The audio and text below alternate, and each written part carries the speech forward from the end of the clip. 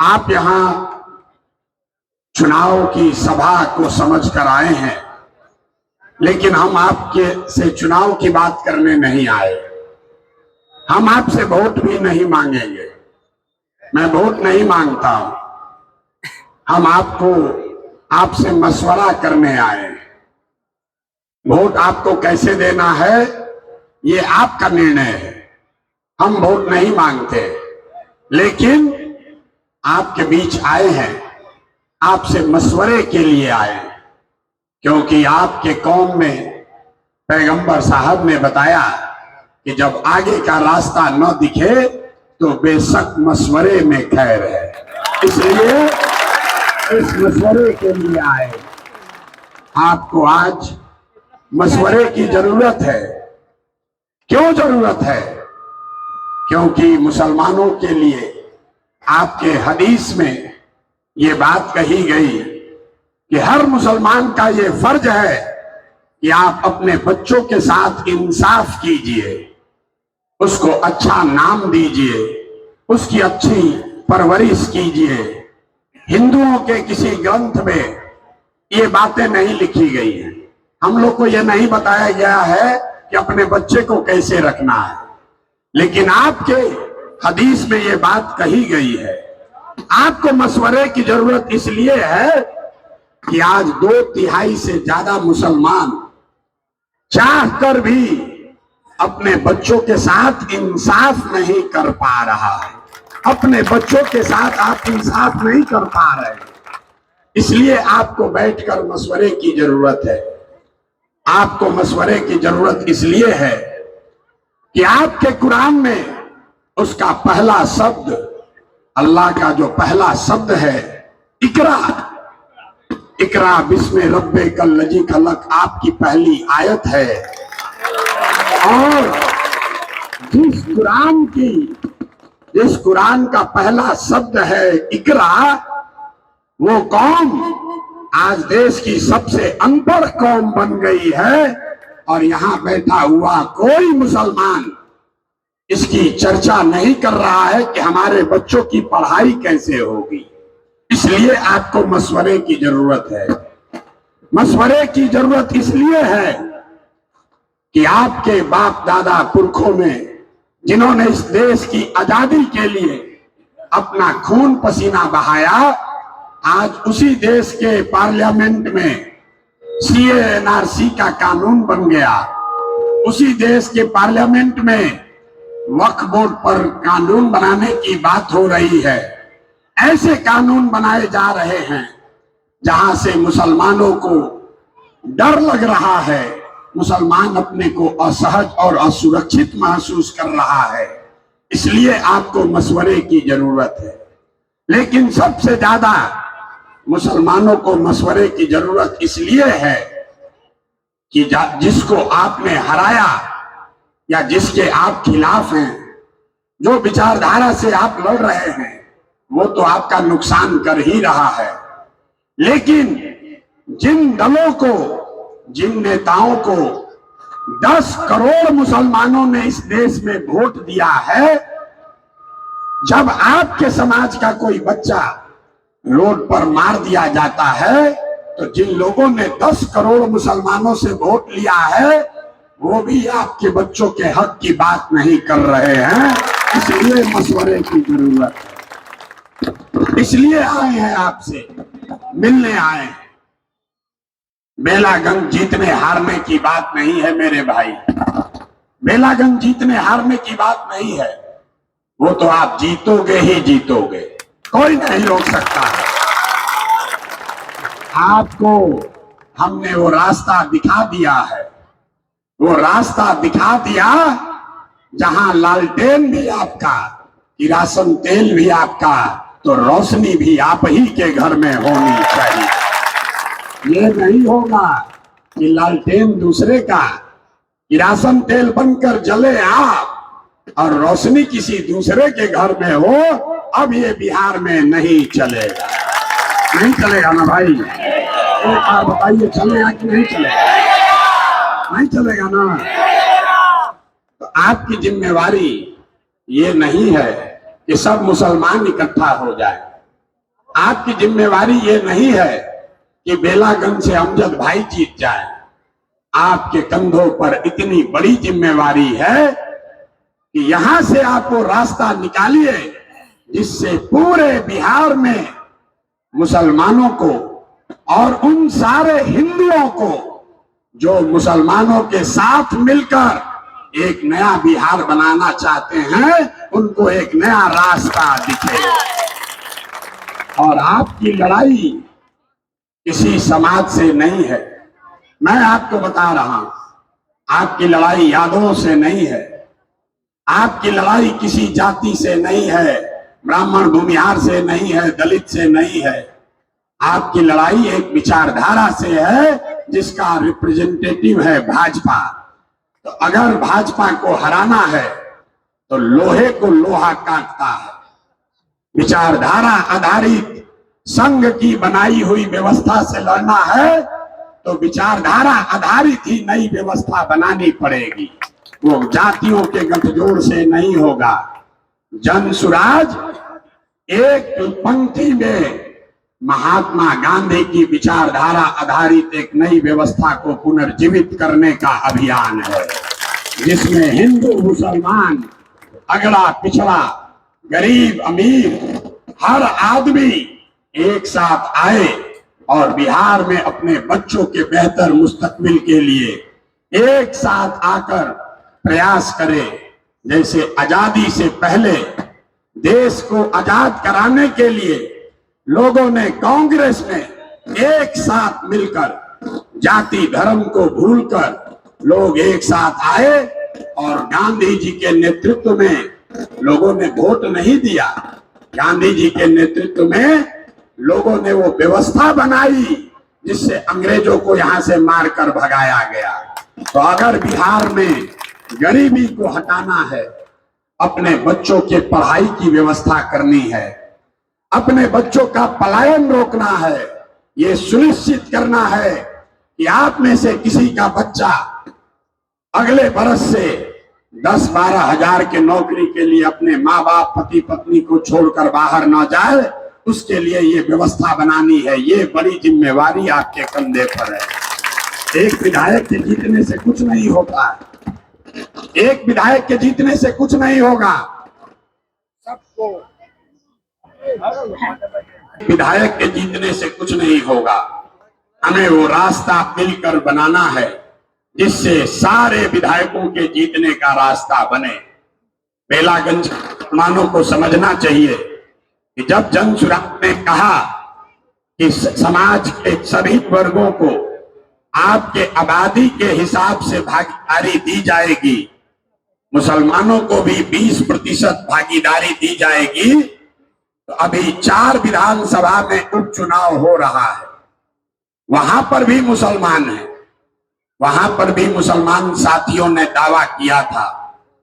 रामगढ़ में भी 30,000 मुसलमान हैं, तरारी में 40,000 मुसलमान हैं। आप भी मुसलमान चुनाव लड़ सकते थे, लेकिन उन सभी लोगों ने अपना दावा छोड़ दिया। इस पक्ष में छोड़ा, इसलिए छोड़ा कि एक ही सीट, एक सीट पर ही अगर मुसलमान को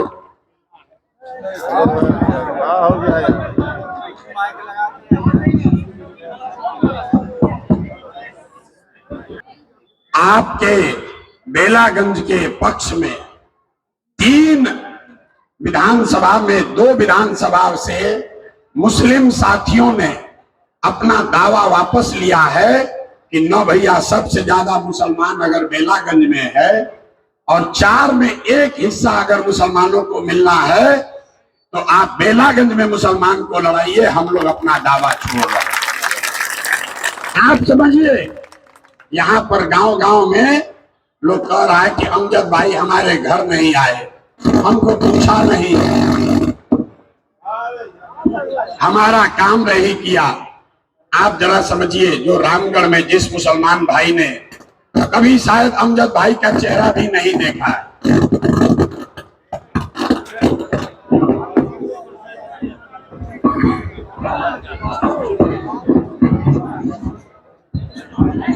तरारी में जिस मुसलमान ने बेलागंज के किसी मुसलमान से बातचीत भी नहीं की है, उसने भी मुसलमानों का हक बना रहे इसके पक्ष में अपना दावा छोड़ा है।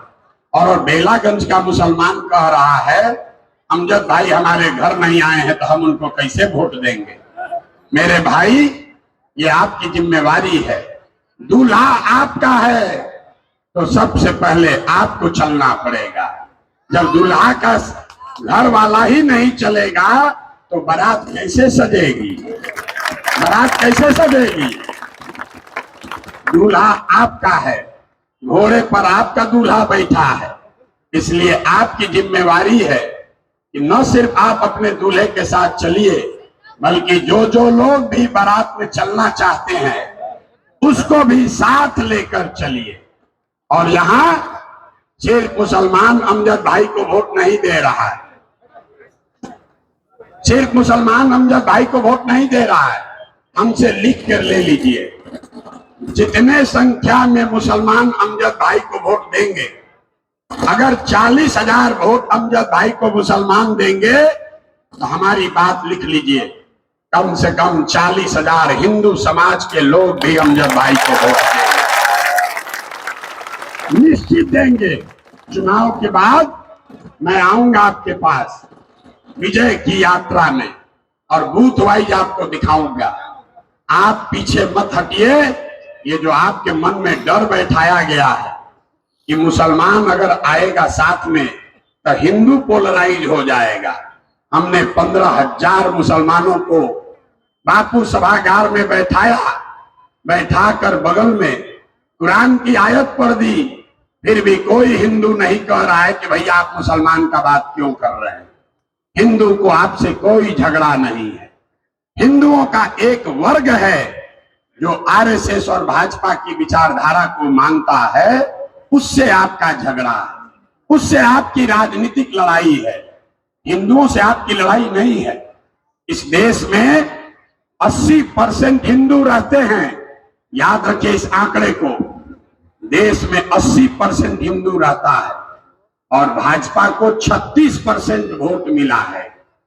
80% हिंदुओं के देश में अगर भाजपा को 36% वोट मिला है, इसका मतलब है कि आधे से कम हिंदू ही आज भी भाजपा के साथ चलने को तैयार है।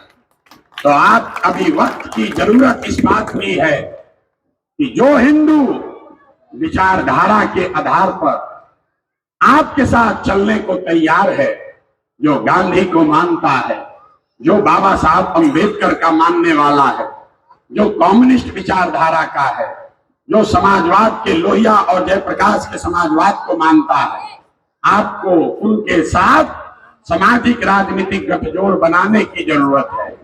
यही फर्क है जन सुराज में और ओवैसी साहब में। इसको बात को ध्यान से समझिए। ओवैसी साहब कह रहे हैं कि मुसलमानों को अपना नेतृत्व खड़ा करना चाहिए। जनसुराज भी कह रहा है कि मुसलमानों को अपना नेतृत्व खड़ा करना चाहिए। लेकिन ओवैसी साहब ये कह रहे हैं कि मुसलमानों को ये काम अपने दम पर करना चाहिए, और जनसुराज कह रहा है कि मुसलमानों को ये काम उन हिंदुओं के साथ मिलकर करना चाहिए जो विचारधारा के आधार पर आपके साथ चलने को तैयार है। अगर आप ये करेंगे तो 50% हिंदू जो विचारधारा के आधार पर आज भाजपा से लड़ रहे हैं और 20% मुसलमान अगर एक साथ हो जाएं तो 40% हिंदू और 20% मुसलमान, आप हुए 60, भाजपा हुई 40, और उसको हर लड़ाई में शिकस्त दी जा सकती है।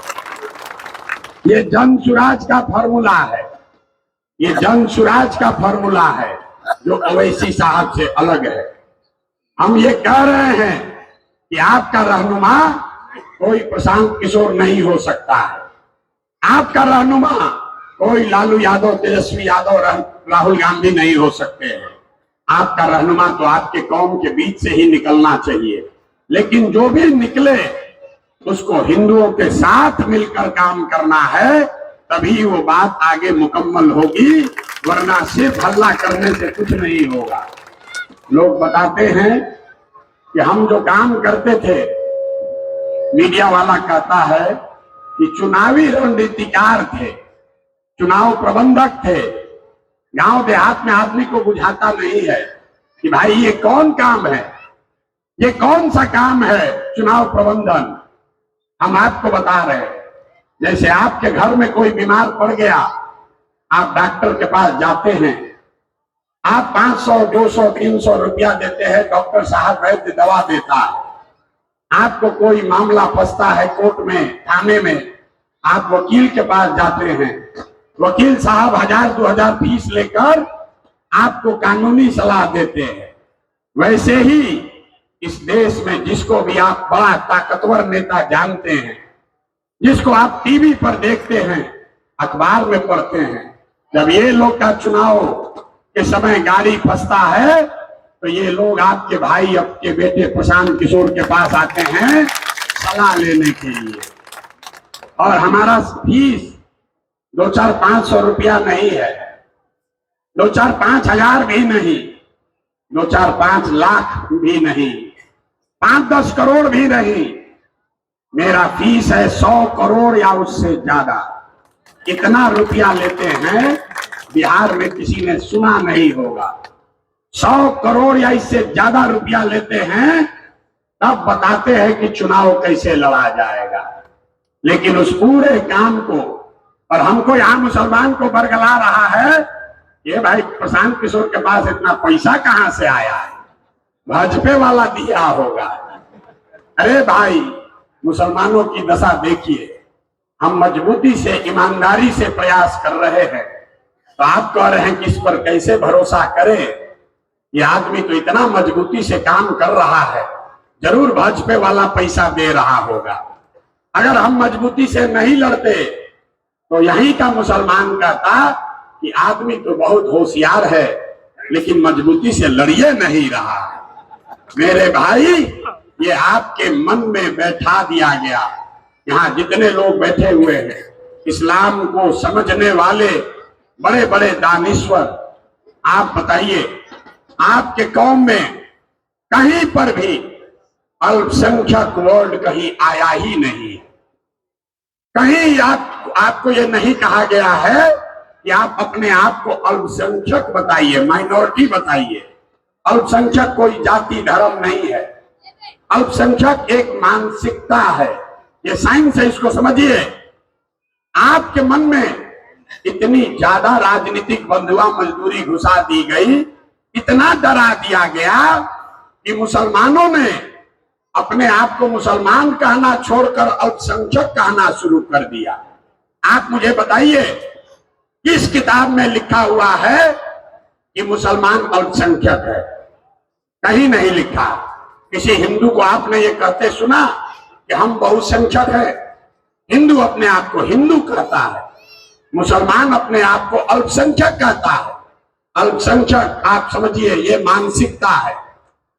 वेबस्टर के डिक्शनरी में जाकर पढ़िए। अल्पसंख्यक एक मानसिकता है जिसमें आपको ये बताया जाता है कि आप ये स्वीकार कर लो कि आप अपनी सुरक्षा के लिए, अपने भलाई के लिए, अपने विकास के लिए समाज के बहुसंख्यक वर्ग के पीछे ही चलिएगा।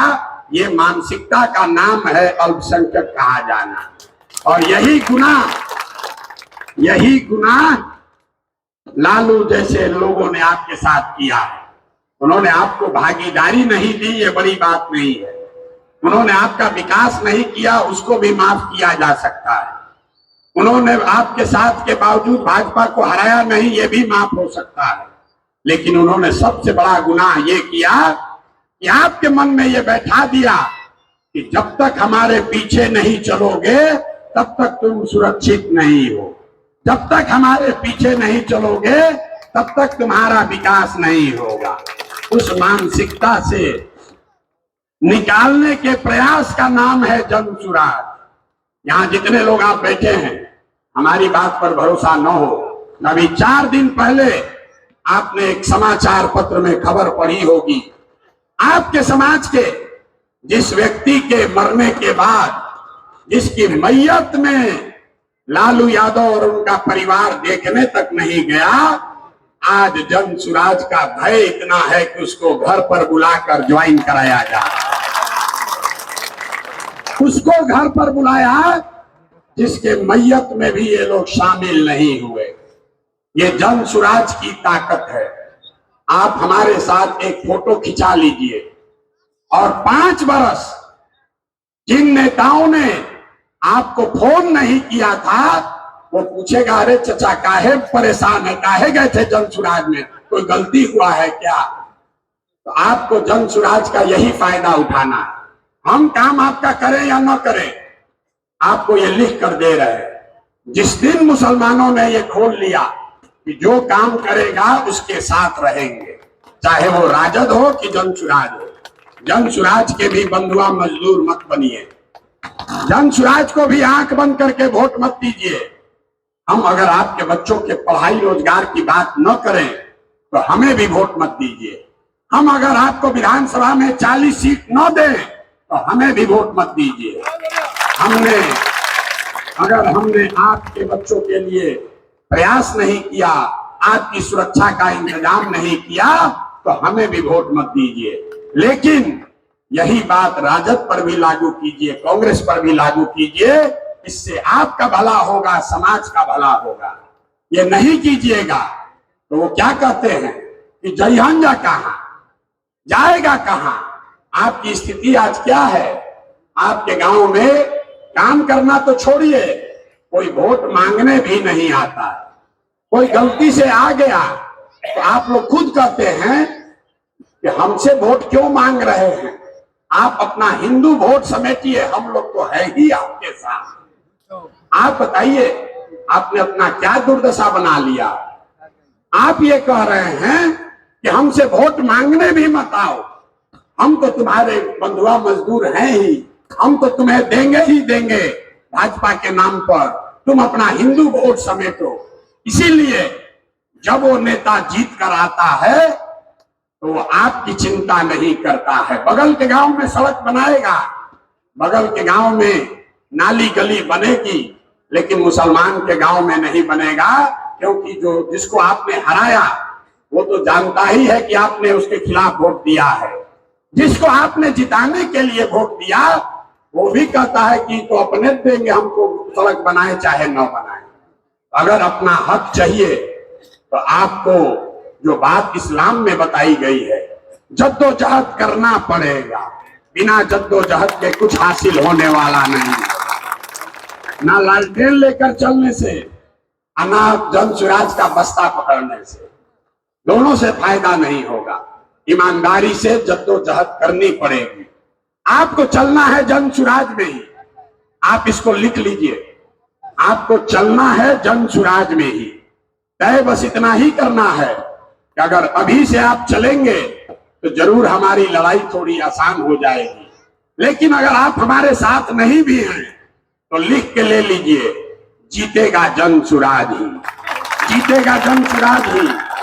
इसलिए नहीं कि मेरा कोई अहंकार है, इसलिए कि आपको, हमको, हमारे गुरुओं ने, हमारे माता पिता ने सिखाया है कि ईमानदारी से किया हुआ प्रयास, ईमानदारी से किया हुआ जद्दोजहद कभी खाली नहीं जा सकता। और 2-2.5 बरस में बिहार में किसी ने इतनी मेहनत न की हो, उतना पसीना प्रशांत किशोर ने बहाया है। और अगर जरूरत पड़ी तो आगे 10 बरस भी और बहाएंगे, लेकिन बिहार को सुधारे बगैर मानने वाले नहीं। आप साथ चले तो आपका बहुत स्वागत है, लेकिन अगर किसी वजह से आप साथ नहीं चलते हैं तो आपसे हमारा कोई शिकवा शिकायत नहीं है। जीत के बाद आपके पास फिर आएंगे अपने साथ लेकर चलने के लिए, क्योंकि हमारी लड़ाई बिहार की लड़ाई नहीं है। ये लड़ाई यहां से शुरू कर रहे हैं, इसको बिहार के आगे तक जाना है। जीतने के बाद आपको साथ लेने आएंगे, लेकिन जब जीत कर आएंगे तो अभी आपने जो साथ नहीं दिया तो उसका हर्जाना पूरा पूरा वसूलेंगे। हम शाकाहारी आदमी हैं, जीत कर जब आएंगे तो सेवई बनाकर रखिएगा, आपके साथ सेवई भी खाएंगे और फिर आपको साथ लेकर चलेंगे। अब आप तय कीजिए कि अभी साथ चलना है, अभी हाथ पकड़ना है, कि जीत के बाद हाथ पकड़ना है। एक बार हाथ उठाकर बताइए, अभी साथ चलना है कि जीत के बाद चलना है? अभी चलना है कि जीत के बाद चलना है? अभी चलना है ना। तो सिर्फ अपना वोट नहीं देना है, आपको हर आदमी को प्रशांत किशोर बनना है, अपनी जिम्मेवारी लेनी है। आप बता रहे हैं कि हम लोग 7,000 बेला में मुसलमान हैं, हम उन्हें वैसे नहीं गिनते। अगर 7,000 मुसलमान है, एक आदमी दो आदमी का भी जिम्मा ले ले तो कोई ऐसा मुसलमान नहीं जिसको 2 हिंदू दोस्त न हो। अगर 2 दोस्त का भी जिम्मा उठा लोगे मेरे भाई, आपको पैसा नहीं देना है, आपको प्रचार नहीं करना है, आपको सभा नहीं करनी है। आज संकल्प लेना है अपने बच्चों के नाम पर कि कम से कम 2 हिंदू दोस्तों को अपने साथ जोड़कर अपने साथ उसको वोट कराएंगे। आप देखिए 1,20,000 आप हो जाएंगे, 1,20,000 हो जाएंगे। बेला में अगर जनसुराज को 1 लाख से कम वोट मिला तो आपका साथ मंजूर नहीं होगा। 1 लाख वोट हमको बेला में चाहिए, 50,000 आपका और 50,000 हिंदुओं का। इसके लिए तैयार है कि नहीं? 10 दिन अपने बेला के लिए, अपने कौम के बच्चों के लिए, पूरे बिहार को ये रास्ता दिखाने के लिए आप में से सारे लोग 10 दिन देने के लिए तैयार हैं कि नहीं है ना भाई? एक बार आपसे एक ही सलाह, लोग कहता है हम सलाह देते हैं जिसको चुनाव ऐसे ही जीत जाता है। आपको एक ही सलाह दे रहे हैं, आज दिवाली है, कल से शुरू कीजिए। 2 हिंदू परिवार में जाइए, उनके साथ बैठ के चाय पीजिए और उसको समझाइए कि उसको वोट जनसुराज को देना है, स्कूल के बस्ते को देना है, उसको जनसुराज में बिहार की व्यवस्था को बदलने के लिए वोट देना है। अगर आप साथी ये जिम्मेवारी उठा लेंगे, आप इतना वोट आएगा कि आप जीत नहीं पाइएगा। ये करना होगा। करने के लिए तैयार है कि नहीं है? ना बहुत मेहरिया के बोल रहे हैं, करने के लिए तैयार है कि नहीं है? तो प्रशांत किशोर जिंदाबाद करने से नहीं होगा। आपने पूरी उम्र बिता दी नेताओं का नारा लगाते लगाते, कभी राहुल गांधी का लगाया, कभी लालू का लगाया, अब प्रशांत किशोर का लगा रहे। नहीं, किसी व्यक्ति का नारा मत लगाइए। पूरे जनसुराज में सिर्फ एक ही नारा हम लोग लगाते हैं, बिहार अपनी मिट्टी, अपने पुरखों की मिट्टी के लिए, बिहार और बिहार के गौरव के लिए। आपको प्रशांत किशोर के लिए काम नहीं करना। प्रशांत किशोर जनसुराज के नेता नहीं है। प्रशांत किशोर वो कुम्हार हैं जो आपके समाज से बच्चों को लाकर अच्छी मिट्टी की तरह उसको थोड़ा सा सहारा देकर जनसुराज के चाक पर रखेंगे और बढ़िया घड़ा और सुराही बनेगा। प्रशांत किशोर कुम्हार है। इसलिए मेरे भाई, मेरे नाम का नारा मत लगाइए। आपने जीवन बिता दिया नेताओं को बढ़ाते बढ़ाते, नेताओं के बच्चों को बढ़ाते बढ़ाते। एक बार अपने बच्चों की चिंता करो और लिखकर प्रशांत किशोर से ले लीजिए। अगले साल 2025 में जब ये बिहार में नई व्यवस्था बनेगी तो साल भर के अंदर आपके बच्चों के लिए 10 से 12,000 रुपया के रोजी रोजगार का व्यवस्था यही बिहार में करके दिया जाएगा। जितने बुजुर्ग हैं सबको कम से कम 2,000 रुपया पेंशन का व्यवस्था जरूर कर दिया जाएगा। और तीसरी बात, आपके बच्चे, जिनके बच्चे भी 15 साल से कम उम्र के हैं, जब तक सरकारी स्कूल और मदरसे नहीं सुधरेंगे तब तक आप अपने बच्चों को प्राइवेट स्कूल में भेजिए और प्राइवेट स्कूल का फीस सरकार की ओर से भरा जाएगा। ये जनसुराज का संकल्प है। आप भाजपा को हराना है, जिताना है, ये सब बात खड्डे में डालिए। भाजपा को हराने का सबसे बढ़िया तरीका है अपनी जीत को सुनिश्चित करना। ये माइंडसेट है। यहाँ बैठा हुआ कोई आदमी ये नहीं सोचता है कि हम जीतेंगे कैसे, सब सोच रहा है भाजपा को हराएंगे कैसे। हम आपको यही सलाह देने आए हैं। आज से भाजपा को कैसे हराएंगे इस बात को हटा दीजिए, सिर्फ ये सोचिए कि हम जीतेंगे कैसे, तभी आगे का रास्ता खुलेगा। आप आए, आपने हमारी बात सुनी, इसके लिए बहुत बहुत धन्यवाद। एक नारा लगाकर खत्म करेंगे। मैं बोलूंगा जय बिहार, आप सबको बोलना है जय जय बिहार, जय बिहार। पीछे का आदमी सब महाराष्ट्र में रहते हैं, इन नेता सब इतना चूस लिया है कि मुंह से आवाजों नहीं निकल रहा। जय बिहार, जय बिहार, जय बिहार। हर आदमी को आज से कम 2 हिंदू परिवार को चिन्हित करना है, क्योंकि दूल्हा आपको आपका है, तो अपने दूल्हे के बारात में 2 हिंदू साथियों को लेकर चलना है। ये जिम्मेवारी आपने उठाई है। अगर इसमें धोखा करोगे भाई, तो धोखा आपके साथ होगा, आपके बच्चों के साथ होगा। बहुत बहुत धन्यवाद।